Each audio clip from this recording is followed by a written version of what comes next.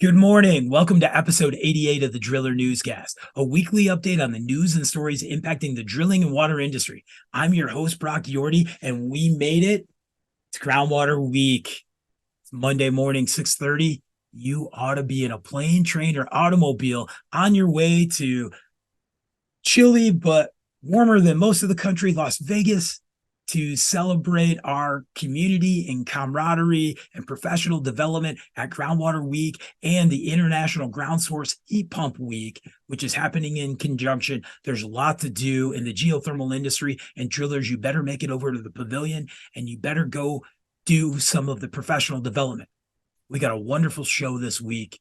I want to talk to you about some of the several classes that are happening that have been guests of the newscast or great industry friends over the years that I believe are going to drop some great knowledge. So I'm going to outline them.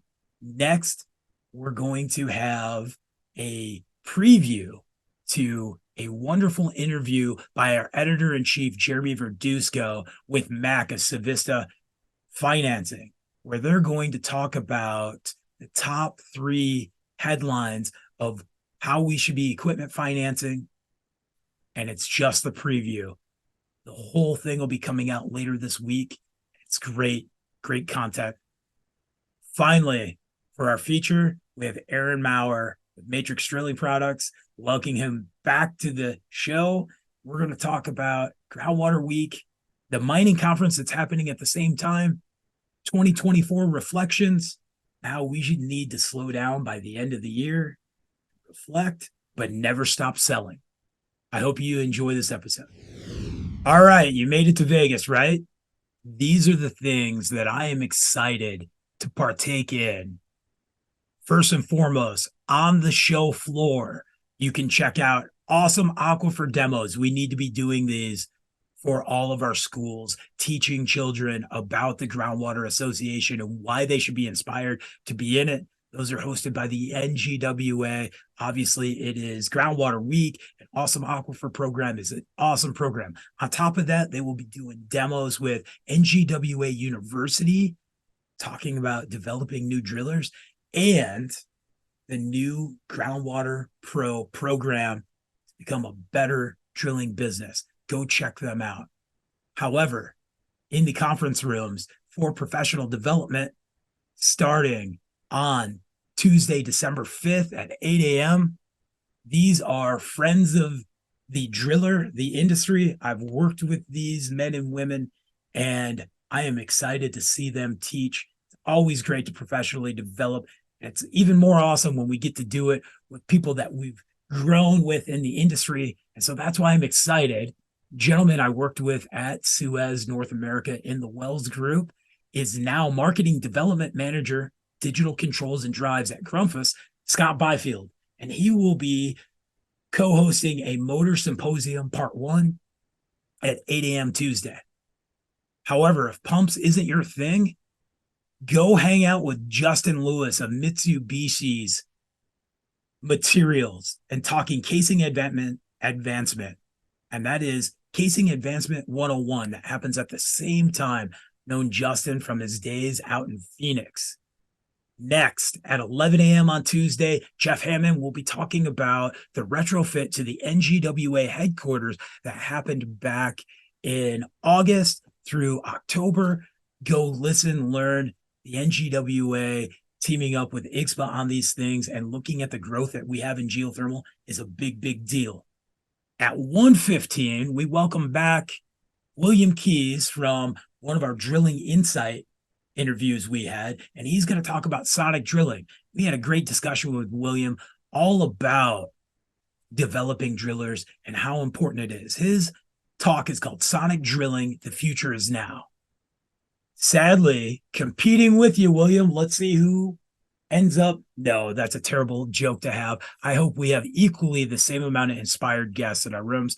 I will be teaching at 1:15 to 2:15 building blocks of training a new driller.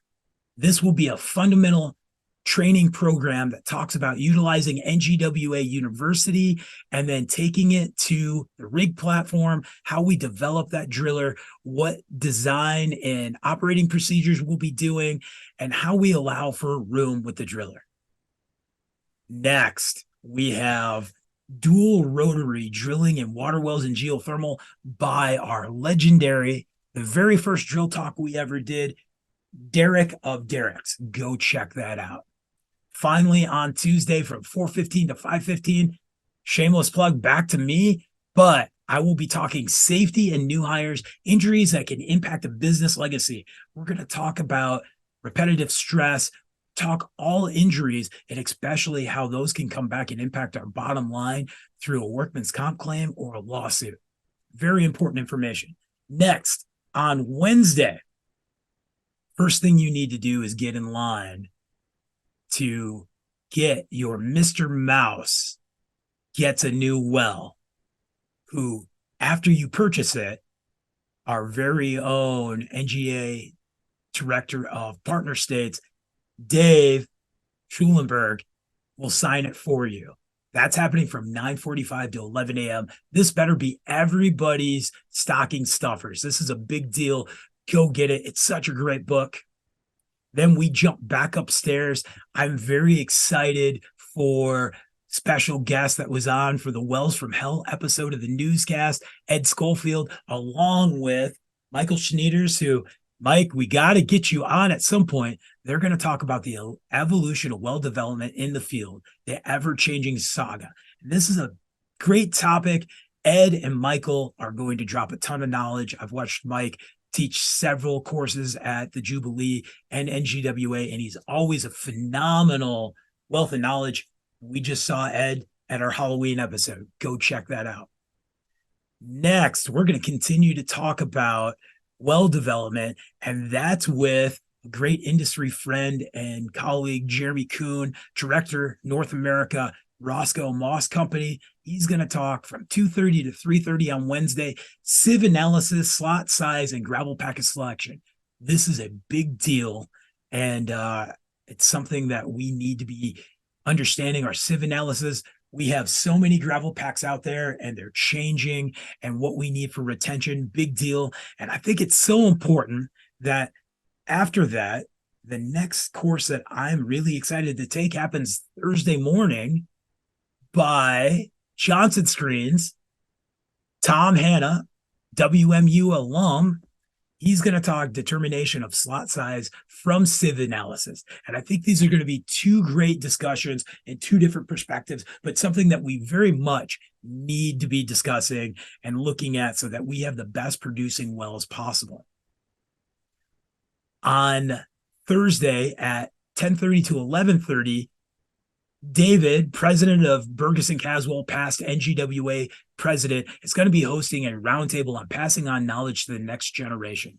A big topic that we need to continue to have. And I'm very excited to see that as well.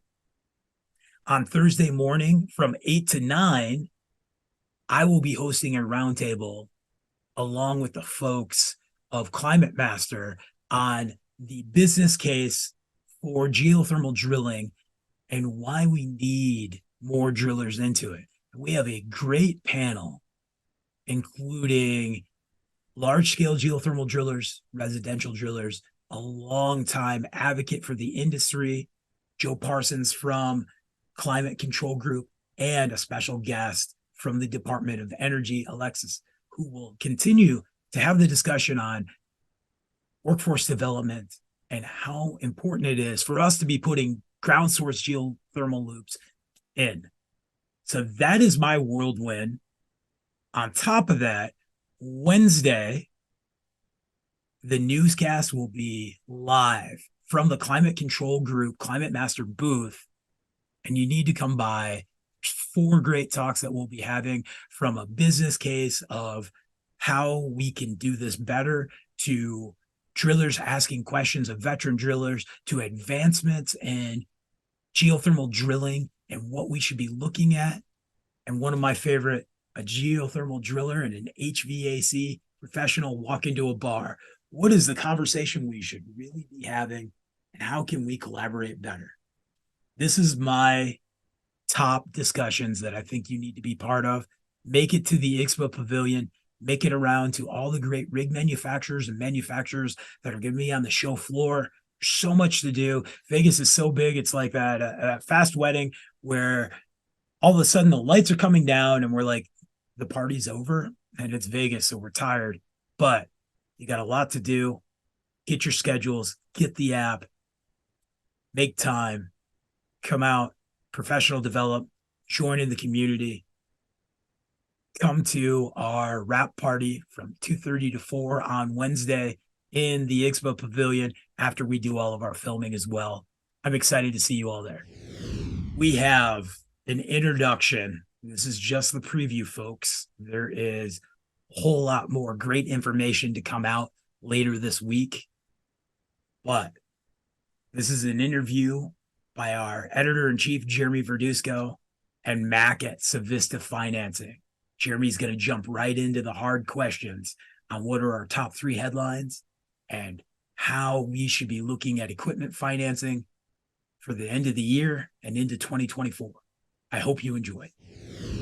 Okay, so I'm here today with Mac Nehring of Civista Leasing and Finance, and we wanted to talk a little bit about basically just trends in equipment financing and what things are looking like for contractors out there in the market that want to secure new equipment, want to expand their fleets going into 2024. So, Mac, I'm curious here. Give me like 3 headlines here. What should people be concerned about? What are the kind of top line if I'm looking to expand my fleet and I need financing? What do I need to know? Sure. So probably the biggest headline, which will surprise no one, is changes, right? Everything's changing. Costs are changing. Prices are very volatile on equipment. Things that used to cost 150 grand a couple months ago now cost 200 grand, changes like that. I don't think it's a surprise to anyone that the rates are pretty volatile as well. They're moving up and down pretty quickly, from week to week, month to month. So I think my number one headline would be, there's a lot of change and no one has a crystal ball of what's coming. I've been kind of counseling a lot of my customers, do your reading, do your research, but kind of take everything with a grain of salt. If someone tells you, oh, rates are going to drop sometime next year. Yeah. Maybe they're not, again, if there's one thing we've learned over the last couple years, it's we're not really sure, right? Where things are going. We all have theories, we all have, different experts we look to and see what they think. But the truth of the matter is no one's really sure. No one has a crystal ball. So that would be kind of one of the big headlines. One type of conversation I've been having a lot with people is it's important right now. This is probably the second thing I would say is it's important right now to not do what you've always done just because you've always done it. We're kind of in a time where you really need intentionality. Does that mean I'm going to start paying for more things with cash? Does that mean I'm going to start financing more things? What things am I financing? What things am I not? Those decisions need to be very conscious and very planned going forward. Kind of the days of just freewheeling and just in the moment kind of making a gut decision. I think in today's environment, that's not wise. I think you need to have a more long-term plan and really think about these things.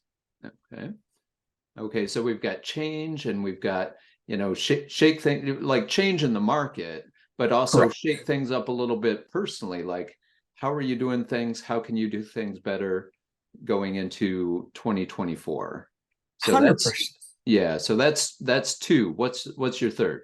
The third, I would say, I highly am encouraging everyone I talk to get with their CPA, get with their tax advisors. Now more than ever, you need to really understand how financing may affect your taxes at the end of the year. I think for a lot of companies, margins are tighter. Obviously, it's an election year coming up.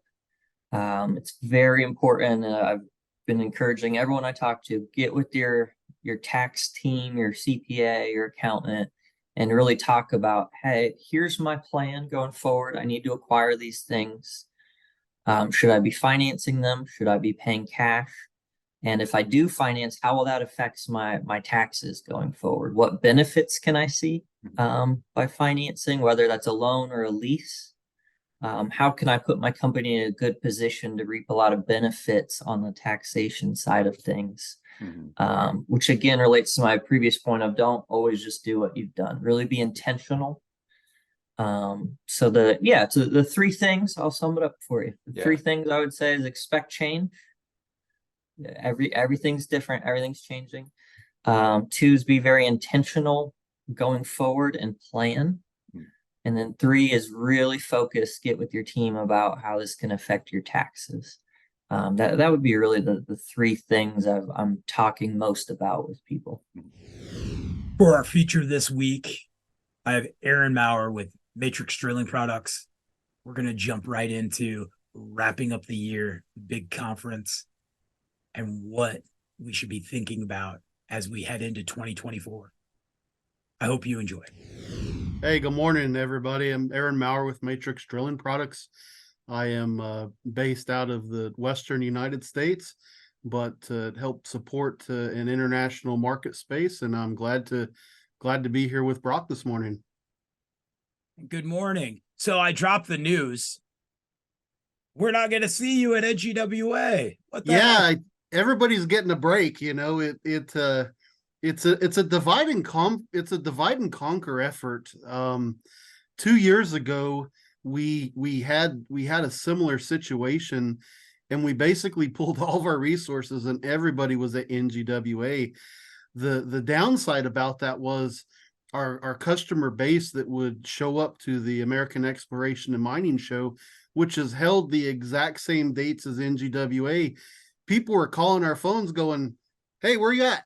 Are you guys coming? Are we going to see you?" And we're like, well, we're a little further south than where you guys are at. So, we'll catch you next time. So we tried not to do that again. And so in order for us to divide and conquer, I will be at the American Exploration and Mining starting on December 4th, and it runs all the way through the 9th of December.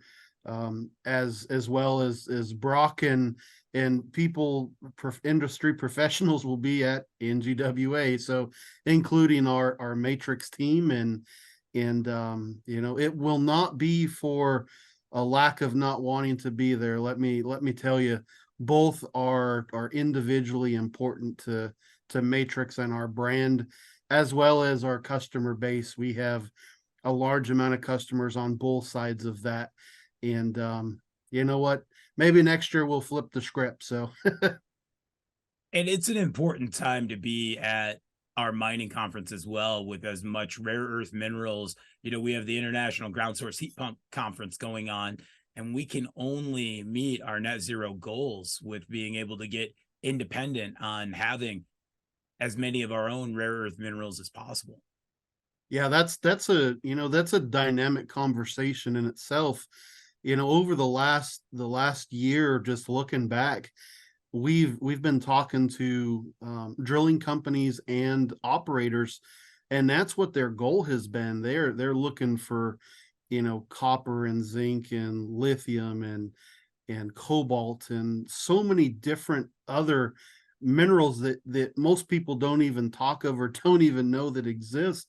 They're out looking because in order to support that greener energy, or for us to be more independent, we've got to find that stuff here in the United States. And as they poke around, they're finding it. They're actually some larger finds that have been found over the last 12 months that are kind of mind-blowing, as well as they look for these rare earths. They're finding gold and other minerals as well to help offset the cost. So when they put that with that $1 trillion infrastructure money into place, it really opened the eyes of, hey, you know what, we want Americans to be independent of themselves. We want to try to not outsource as much as we can. And you're probably seeing it. You're seeing lithium refineries starting to pop up in Texas now. Tesla's going to be taking on taking on building, their own, battery and infrastructure kind of base with materials coming out of Nevada. There's supposedly materials going to be coming out of Arizona to support that. That's one of a few projects that has been kicked off so that we can put people back to work and also show, hey, we can stand our own 2 feet. Yes, it's nice to have assistance and materials from someplace else, but if we can keep it here within our borders, it makes a huge difference for the people, especially people that we work with, in the mining business, because they need drilling materials, they need professionals, they need drill companies, they need consultants, they need so many different attributes to making a successful program, and they're all here. Let's not go look outside of our borders. Let's try to keep those opportunities here. So Yeah, and with that, it's great to get to talk to you about the other side of the drilling industry. We talk a lot about water, and mining is so important to us, but you're also seeing a lot of big hot rock geothermal projects popping up, right? Oh yeah, most definitely. It's interesting to see where geothermal has gone. I'm going to say in the last 10 years, we've got some massive projects in California. We've got a ton of opportunity in Nevada, but some people don't know there's a huge project in southern New Mexico. It's called the Lightning Dock, and they do geothermal, and I mean they make a lot of power, but it's very quietly talked about, but it's been green for many years. And the upside of it is that for a variety of their drill holes, they actually brought in a mining driller who had experience and had the right equipment to come in there and do that work. And that one customer is a customer of Matrix Drilling Products. But from there, so many other people have jumped off. We shared and talked last week a little bit about Cornell and what they're doing for supplying energy and heat to the school. You're seeing other opportunities as well in the smaller avenue, and it's kind of mind blowing to see where it's gone, and it's all because of talk and getting cleaner. And at the end of the day, we have less dependence on other materials that aren't near as clean, and that's great for our generation. So It is, and we with the International Ground Source Heat Pump Association conference happening with NGWA, and why I continue to say it as International Ground Source Heat Pump Association instead of IGSHPA, is we have a little bit of an identity crisis right now with geothermal, with ground source geothermal, with deep geothermal, with shallow geothermal. We don't really know what to call it. We see our Department of Energy jumping back and forth between, oh yeah, we need loops, but yeah, those loops, we also need the electric generation from geysers. So it is great to hear about the deep rock stuff. At the same time, there's 100 million bore feet of geothermal loop drilling just in the state of New York right now that we're about to talk about this week at IGSHPA. Yeah, it's exciting how the industry is sort of making a name for itself, and where people are stepping into it, going, hey, I'm gonna buy a rig, I'm gonna partake in this, or I'm gonna pivot. Instead of doing traditional water well work, we're gonna start looking at how we can do geothermal. And when people say that geothermal only exists in certain areas, they're uneducated. They either don't understand how it works, or they don't really know the process. And us talking about it on a platform like this helps bring guidance to those folks that might be on the fence, because there are people that oppose green energy. There are people that don't understand that when you deplete certain resources, or you contaminate the atmosphere by what you're doing, you don't get them back. Those are things that they cannot be restored. At least in our generations. you're talking, hundreds of years down the road, you might be able to clean the air up, but going greener, it definitely helps. Heck, I get the stigma because we've got a couple of Tesla vehicles, and everybody's known me for, gas and diesel trucks and hot rods, and I laugh because I've got an Italian vehicle that's got a Tesla drivetrain in it, and my daughter drives a Model 3, and it's us kind of doing our part by using the sun to help battery bank and charge our vehicles, which takes away dependence of having to hit a fuel station. And that's good for some people, that's bad for others. It works for us. So It is important, and we have COP29 happening that just wrapped in Dubai, and the big discussion was, why would you have this in the middle of the oil crude universe? But it is to bring attention to the fact that we have greenhouse gases, and we will continue to need petroleum for many products, but we can use it much more responsible. And with that, I want to switch gears. We had such a great discussion at our third installment of this Drill Talks on, training and development. And one of the big reasons I brought you on, Aaron, was, you have such a great perspective, and you're traveling the country, and we talked about stopping and smelling the roses, but now it's, year-end reflection time. Any advice for the industry, for an individual driller or drilling company, as they start thinking about 2024 and what really we'd spend these last 2.5 weeks of the year thinking? What would you be reflecting on? there's a couple of things. One, what are your goals for 2024? Where do you want to be? Do you want to strictly be a water well driller? Do you want to talk about geothermal? Do you want to talk about geotechnical, environmental? Those are things and conversations that we're actually having right now, because there are people with assets that they are pivoting. They are doing different things with their rigs and resources and chasing opportunities. I've got some water well guys that are chasing mining work now with a simple conversion to have them go reverse circulation, taking budget that they might spend on other traditional water well opportunities. They're actually going after some mining work, and some of that mining includes lithium, and a couple of them includes geothermal. But for us, in the big scheme of things, it's knowing what you have. It's knowing what you need for the next year.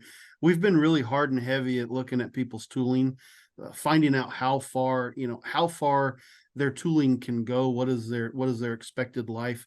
Letting them know that, do you need to buy a string of pipe this year or next year, or can you put it off to 2025? We at Matrix, we love to have the sale just like anybody else. But if we can get somebody's tools to be longer in the field, they'll come back and buy when the time is right. Or if we can get them out of a bad situation. For example, a couple of weeks ago, we went to California, and we looked through a ton of tooling from a customer. He's had Matrix tooling for, since 2009. And we've dug through and looked at good pipe. We looked at bad pipe. We looked at things that customer will be able to focus on for 2024. He's going to need to buy some, but he's also going to need to recycle some. And with that, he's able to plan out where his spend needs to be. It's interesting when you have a simple conversation of what can we do to help. When people open their doors to you actually get in their inner circle. And when you get in that inner circle, you've kind of made it. You get to learn so much more about your customer versus a phone call, an email, or even a quick visit. So and this last 30 days has been a ton of that. So that's big. And with us, this being what we have 3 weeks left, but really we have,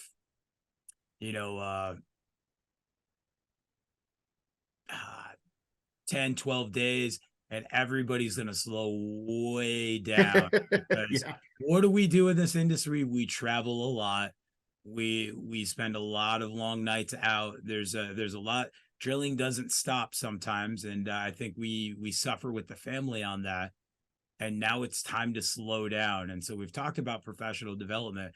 How does Aaron and your family slow down for those last between Christmas and New Year's? What do you guys do? You know, not a lot. I mean, a lot of things don't change. You know, I've got kids that are out of school. We typically don't plan any trips. We do some, projects around the house, but from a professional standpoint, our phones don't quit ringing, our emails don't stop, even if people shut down for the end of the holiday individually. I don't really know what that's like. I've come from the professions, and Brock, I've come from where it's 24/7, typically 365. There's every once in a while you had a Christmas off. And so it's really hard to, but when you do that stop and smell the roses, you actually start looking at things. And I've actually got a trip planned to Sedona. So gonna go up to Sedona for a couple of days at an Airbnb and take advantage of that. There might be a little bit of snow. The beauty of that is you have a lot less tourists because it's gotten colder, and it's not as frequented as it is during the summertime. So if I had anything to add, that's probably it at the end of the day. So Well, excellent. Thank you for your time today, Aaron. It's always a pleasure. We always love hearing your insight and your adventures, and we'd like to see more of them. Thank you for joining us for episode 88 of the Driller Newscast. Now, go buy that plane ticket, get in your car, start heading towards Las Vegas, or you're already going, Brock, I'm on my way. I can't wait to see you.